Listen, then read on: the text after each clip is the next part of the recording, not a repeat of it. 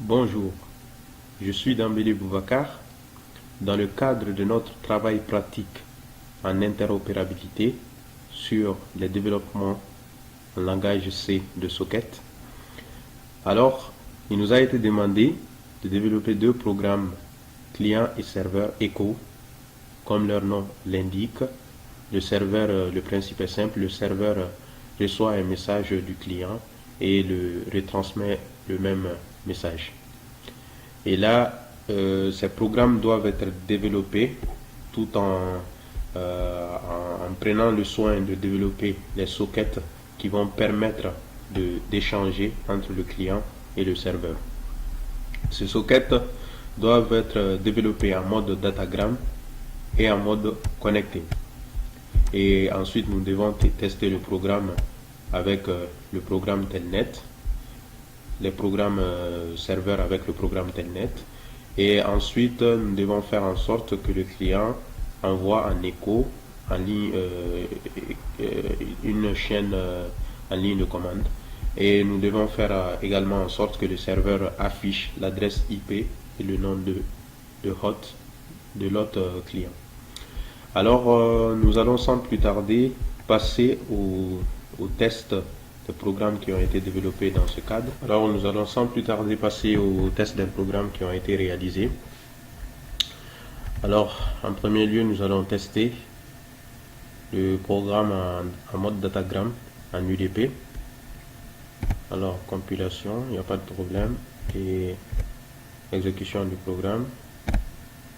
Voilà, il demande de saisir le numéro de port à écouter, 1500 par exemple. Alors, voilà. Donc, attente de requête client. Donc, on va lancer le client également en mode datagram. Voilà, UDP. Compilation, il n'y a pas de souci.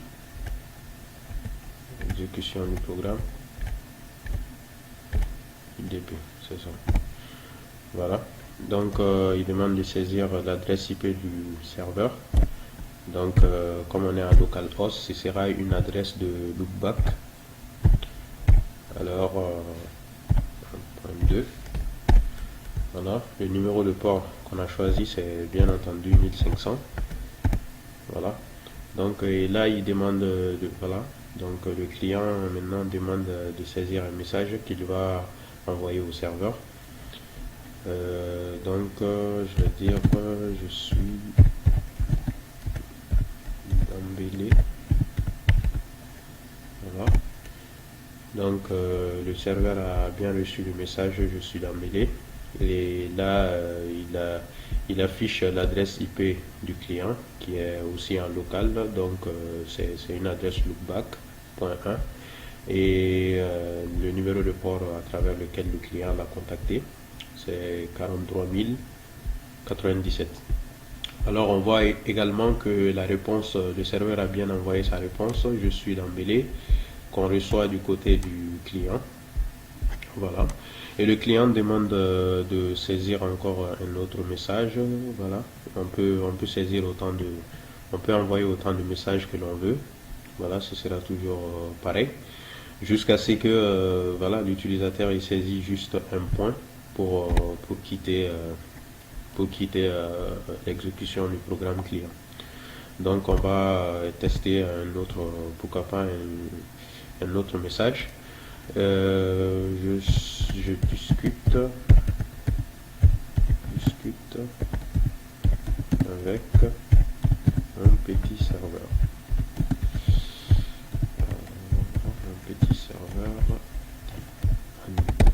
UDP. Ok. Voilà. Donc on voit que le serveur a bien reçu le message et il lui renvoie, voilà, je discute avec mon serveur UDP. Ok. Donc s'il saisit un point sur une ligne, le client s'arrête. Voilà, cela a été programmé ainsi. Et le serveur, on l'arrête également. On va passer au test du programme en mode TCP, c'est-à-dire en mode connecté. TCP, alors compilation du programme TCP. Voilà, la compilation se passe bien. On lance le programme. Voilà, serveur TCP. Il demande le numéro de port. On va lui donner 1500 par exemple. Bien 1501. Voilà, donc il attend la connexion avec le client, la demande de connexion du client, et on va faire un clear ici. Voilà, on va lancer le client TCP.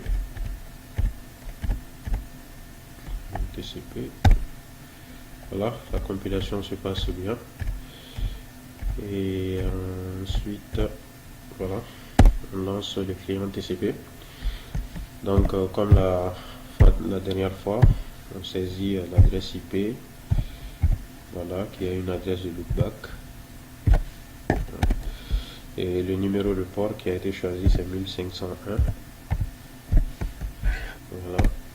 Donc, on voit ici que le serveur est bien connecté au client avec l'adresse qui a l'adresse IP 127.0.0.1. Donc voilà, comme c'est un localhost aussi, donc le client aussi a une adresse de loopback, et le numéro de port aussi du client, c'est le 39.169. Alors voilà, donc le client, voilà, peut envoyer maintenant des messages vu que maintenant il est connecté au serveur. Je suis embellé encore une fois. Alors on voit bien que le message a été reçu au niveau du serveur, qui lui a renvoyé le même message: je suis d'embellé, réponse du serveur, je suis d'embellé.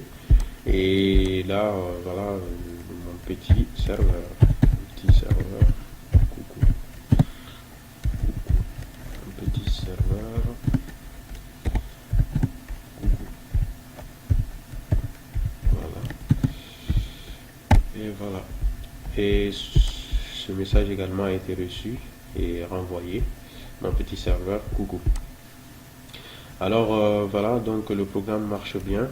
Ici aussi on a programmé de sorte que lorsqu'on saisit un seul point, le client il s'arrête et le serveur on l'arrête. Voilà, et on fait un clear. Et maintenant on va tester les programmes serveurs avec le programme Telnet pour voir ce que ça donne dans un instant. Voilà, je commence par le serveur TCP cette fois-ci. Voilà, je lance le serveur TCP pour écouter 2000 par exemple, et maintenant je lance le client Telnet, localhost, voilà, le numéro de port 2000. Ok, et voilà, donc on voit bien que Telnet est connecté avec son adresse IP 127.0.0.1 et son numéro de port 43 635.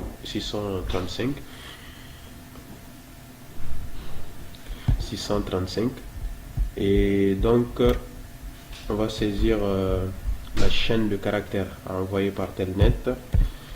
Je suis d'embellé.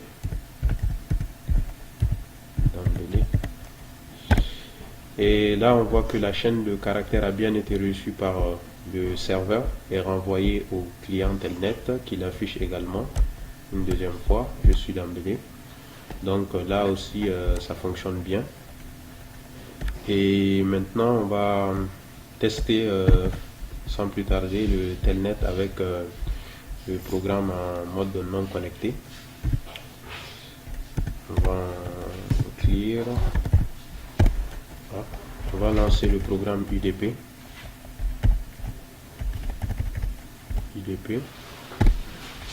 Voilà. Je fais toujours la compilation, mais c'est pas nécessaire. Voilà, UDP. Je lance le programme UDP. Je choisis comme numéro de port 2001. écouter. Donc, on voit que UDP, ce programme serveur UDP est en attente de requêtes de clients. Donc, il n'est pas en attente de connexion. Voilà, car ce n'est pas c'est le mode datagram, ce n'est pas le mode connecté. Donc, si on lance le telnet avec 2001 comme numéro de port, on a voilà, et on ne peut pas se connecter, connexion refusée, parce que tout simplement UDP ne permet pas la connexion. Donc du coup c'est pas possible de le faire, d'utiliser avec telnet. Donc ayant vu cela, voilà, donc les différentes fonctionnalités ont été testées et les programmes sont là.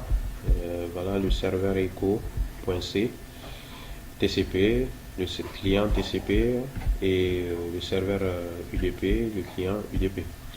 Donc les différents codes sources sont là que nous allons également partager avec les enseignants.